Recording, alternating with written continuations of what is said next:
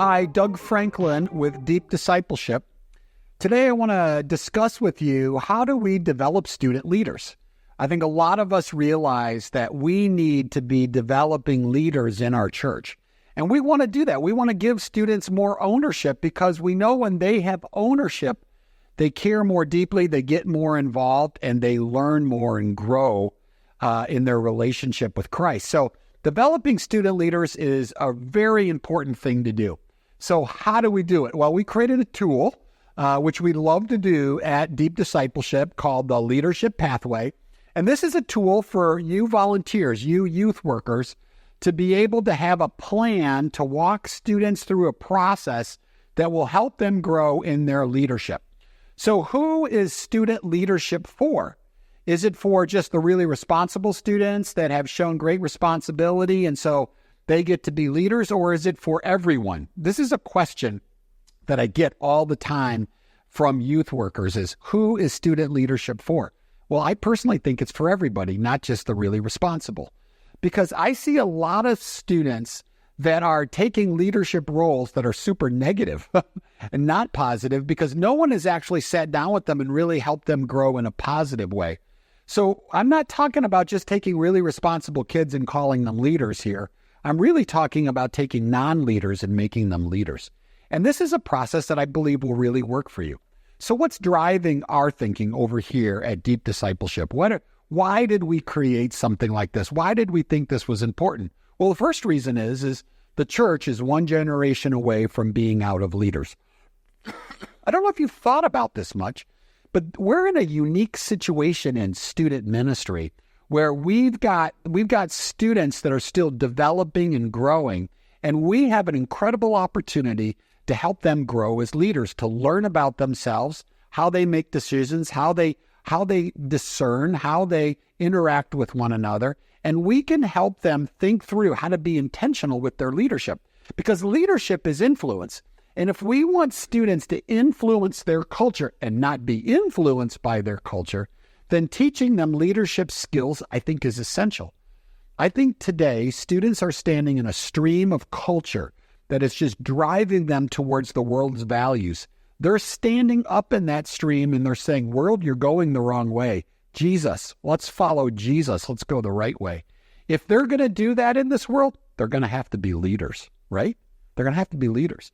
And so we've got this unique opportunity when students are in their adolescence and then they're in their growth mode, we can help them develop leadership skills that will impact the church for the next 40, 50 years.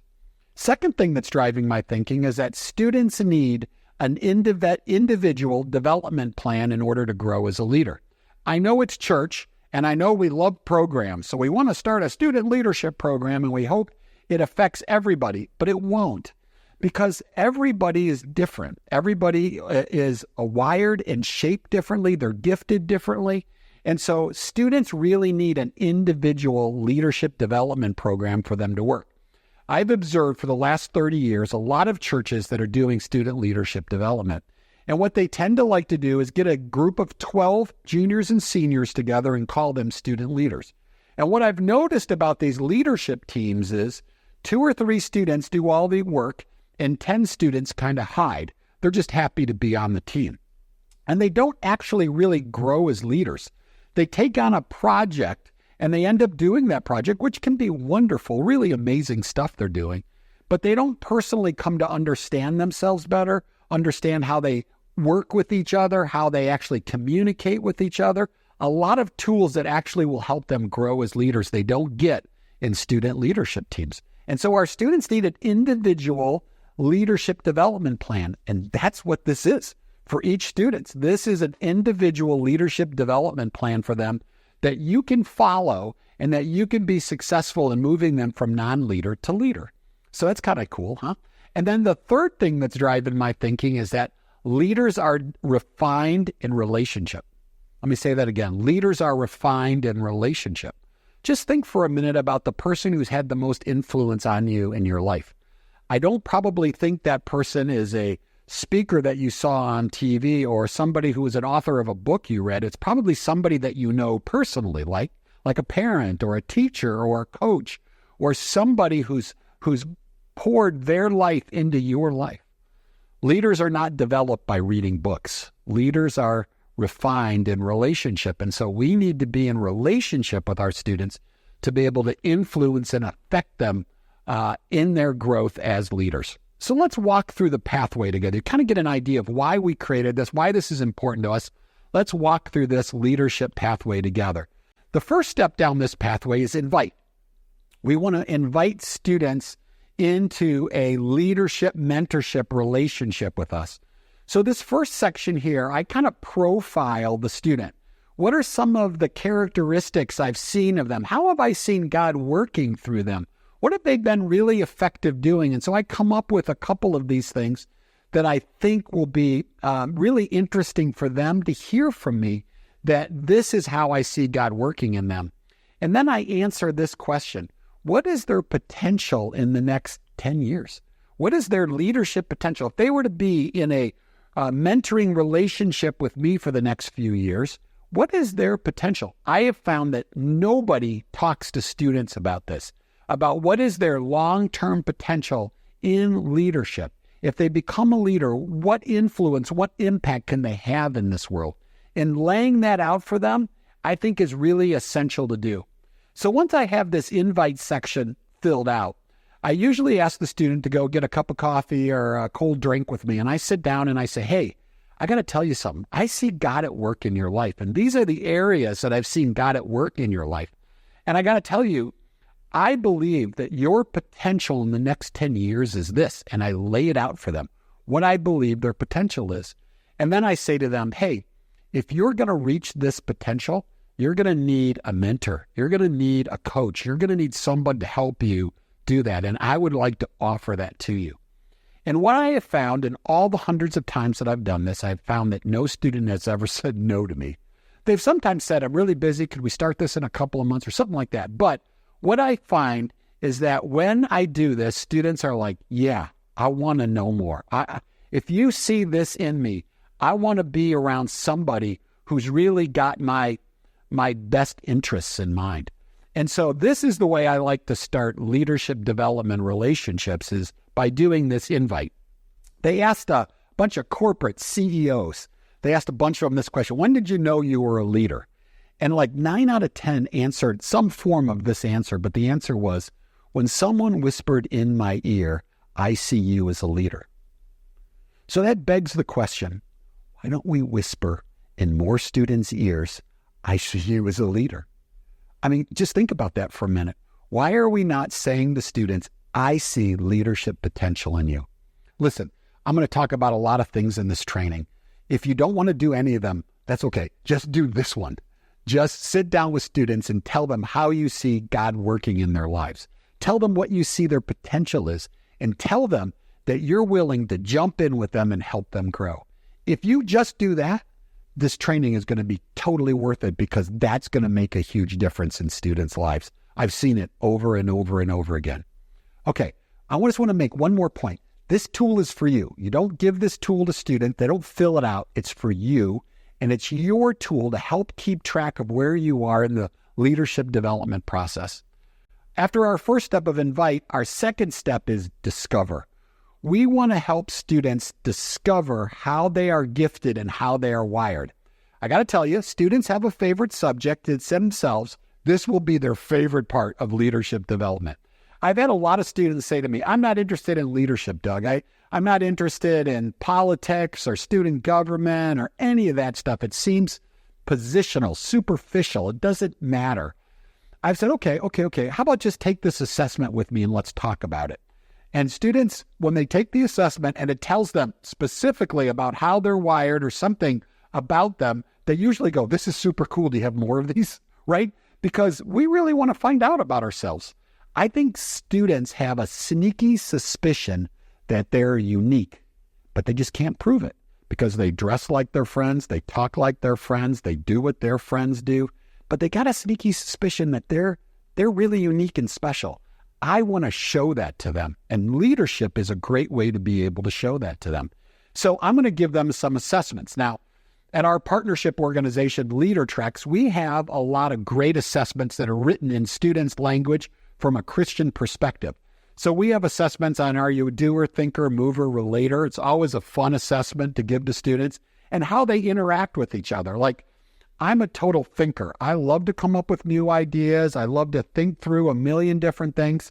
My wife's a doer, and she likes to get things done. And doers and thinkers sometimes are on opposite pages, because while thinkers think of a lot of things, they actually do nothing. And the doers, they don't think a lot. They just get things done, right? So how we interact with one another is really essential. And so when students take an assessment on their leadership personality, they're really thrilled to hear not only how they're wired, they're also really excited to hear about how they interact with each other. It can be a really powerful tool for them. Spiritual gift assessments are another great one. Understanding how God has gifted you, and that God just hasn't gifted you. He's actually given you a gift to give it away to your community of faith. Do your students know that?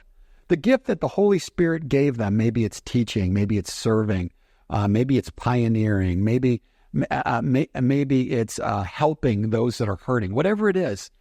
The Holy Spirit gave your students that gift to give away, not to go, oh, cool, look at my gift. No, that gift is for you to give away to your community of faith. And when you don't give it away to your community of faith is actually lacking a gift that God has for them. And so we want them to understand how they're wired, how they're gifted, how they communicate with one another. And we don't just want them to take assessments to take assessments. That's what I see that a lot. I see a lot of leadership mentors giving students assessments just so they can learn, these facts about themselves. That's not really why we do it.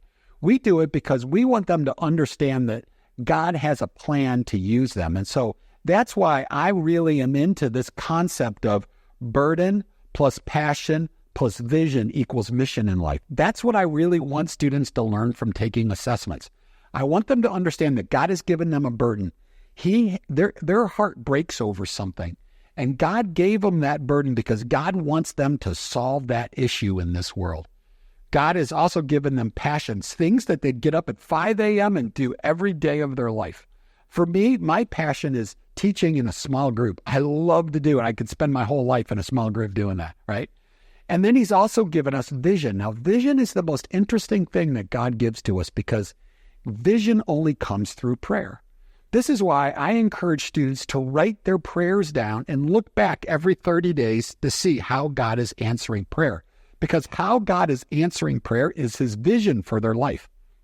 And when you take your burden and you take your passion and you add in the vision that God has for you, you will find the mission that God has for your life. And here's the great thing about the mission that God has for your life. It's the most fun you could ever have. And that's the thing I don't think students know. When I was a kid, our church used to have a missions conference every year. And they'd always bring those missionaries from Africa, and they were always the most popular because they came from Africa, right? And I used to drive home from that missions conference in my parents' car. I remember being in the back seat, and I remember praying this prayer: God, send my brother to Africa. In your mercy, God, send my brother to Africa. Because I didn't want to go to Africa. And I thought God just, sent you wherever he had you to go. And he didn't have a plan. It was just you had to go because he said to go. Well, that's not really true. God has a plan to use you, and that plan is going to make you more fun than you can ever have in your life. The sad thing is today, I think many students have gotten the message that life is about getting the biggest house, biggest bank account, biggest car, biggest things, and not really about pursuing what God has for them. Ultimately, God's mission for their life will bring them joy, satisfaction. It may not make them rich. It may not make them famous. It may not put them on Instagram or Twitter. It may not do any of those things. But what it will do is bring them the most joy they could possibly have in life. And I want them to understand that now. A lot of times I do this teaching and people walk up to me who are 40 years old men and say, oh, Doug, I really wish I would have known this 20 years ago. And I'm like, I know. I want our students to know that burden plus passion plus vision equals mission in life. And I think that mission will bring students the most joy they've ever had. Okay, so we've invited and we have helped students discover. Now, I find that most student leadership programs end right here, like it's over. Now we're going to read a book by C.S. Lewis or John Maxwell. I think there's more we can do to help students really grow. And I think it's important for us to look at this Bible verse in Psalm 78:7-2. I'm going to read it for you. With an upright heart, he shepherded them, and he guided them with skillful hands. This is King David. King David had an upright heart, and he shepherded them, and with skillful hands, he guided them. There was two parts to this leadership. There was a doing part and a being part. And when I talk to students about the two parts of leadership and how they need to be in balance for students to be healthy, students are like, you know what, I really like that doing part. That being part isn't always easy, right? So they try to gravitate to doing, but we'll get to doing in a minute. But let's talk about being. When I think about being, I think about empathy. I think about remaining others focused, having their best interest at mind. And what I like to do is I like to walk through students and tell them how I've seen them use empathy and how I haven't seen them use empathy. And what I come to find as I've been doing this over the last 5-10 years is that when I lay out what it means to be others focused, having their best interest in mind, what I have found is that students are surprised to hear this because they say, I never knew this. No one ever taught these things to me before. And if you think about the online culture they live in, that makes a lot of sense. So teaching empathy to our students can be a really powerful thing. And this tool will help you know, hey, what are they doing well in? And what are some issues you need to confront? And that'll be really important for you. This empathy meter is probably my favorite part of the leadership pathway because I really get to get deep into students' lives. I'm kind of crossing back into discipleship here a little bit. And we'll go into God's word and we'll talk about some of these things because remember, we are to love the Lord our God with all our heart, mind, strength, and we're supposed to love our neighbors as ourselves. And I think this is really important one for us to be able to walk through students with. All right, the second half of this is that David guided them with skillful hands. He did a bunch of things. So we're going to need to give our students a custom skill set. We're going to need to give them a clear training plan. And we got to keep in mind, principles plus experience plus debriefing equals transformation. Let me say that again. Principles plus experience plus debriefing equal transformation. Well, what do I mean by that? I mean, you can't just say to your students, hey, you guys are in charge, best of luck. That would be an experience with no principles. Or we can't say to our students, hey, let's get together every Monday morning at 5:30 for Bible study, and we'll call ourselves a leadership team.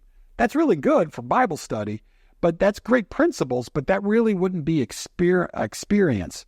So we need to put those two things. We need to teach, and we need to help students, but then we also need to give them an experience that they can actually lead. This is where most leadership development plans break down, is because giving students a chance to lead is messy, expensive, and difficult sometimes.